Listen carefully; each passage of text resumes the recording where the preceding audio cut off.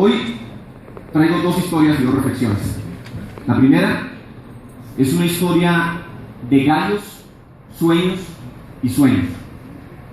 Para inicios de los años 80 había dos galleras en Contratación Santander. La gallera Los Gavilanes de don Fernando López y la gallera Pico de Oro de mi papá. Don Fernando López era fotógrafo. Durante muchos años, las fotos de cuanto evento público o privado se hacía en el pueblo llevaban el sello de Foto López.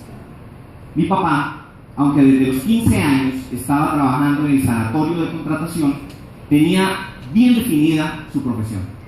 Él era gallero.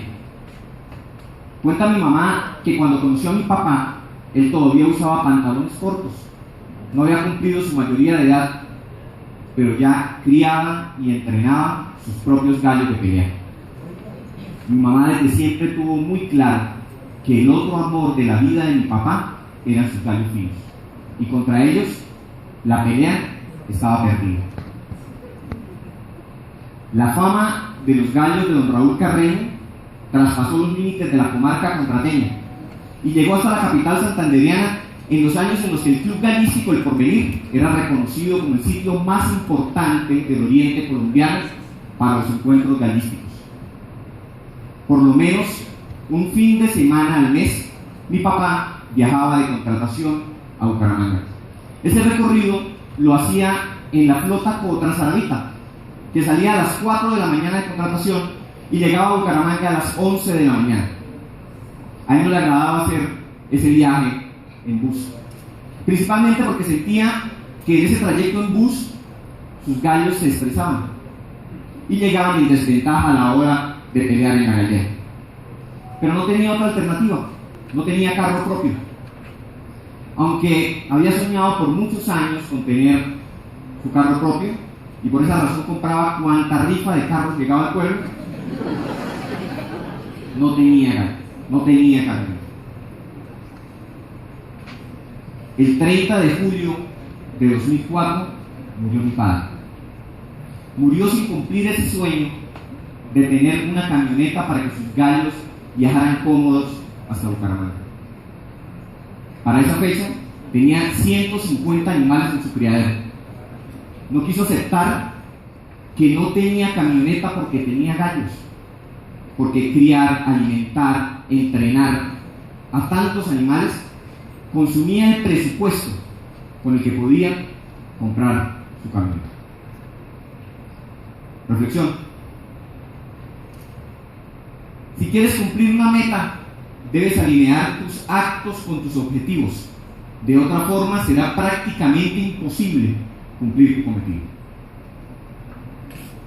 La segunda historia es una historia de tiempos de crisis. En agosto del año 2009 decidimos con mi esposa casarnos.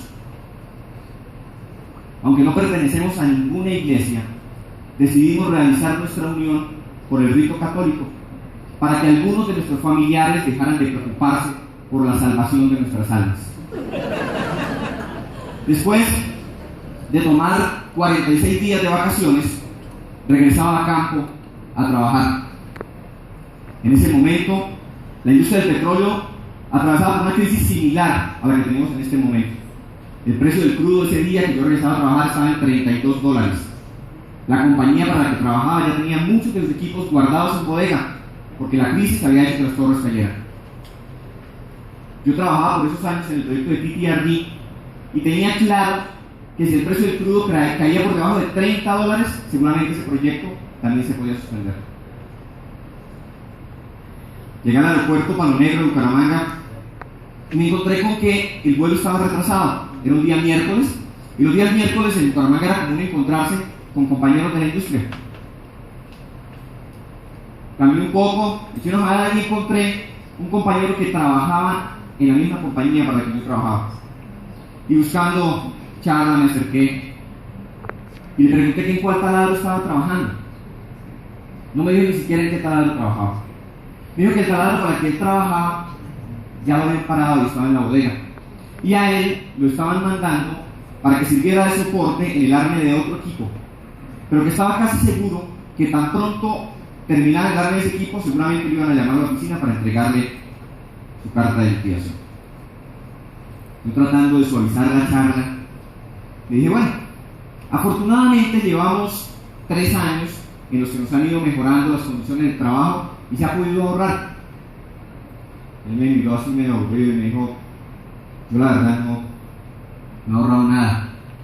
Y yo, tratando de arreglar lo que ya no tiene arreglo, le digo, bueno, mientras no hayan deudas, la vida es llevadera.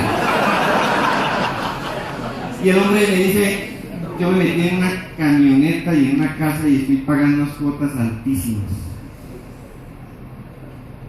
Me demoré mucho en darme cuenta que lo mejor que podía hacer para dejar de preocupar a mi compañero era quedarme callado. Esperé hasta que anunciaron el vuelo, igual de callado llegué hasta el cuarto. Cumplí mi turno de trabajo, me regresaron, me senté con mi esposo, hicimos un análisis detallado de cuál era nuestra situación financiera, establecimos prioridades y creamos un plan a corto, mediano y largo plazo. No queríamos que una crisis nos tomara por sorpresa. Segunda reflexión: si no te gustan las sorpresas, prepárate. Muchas gracias.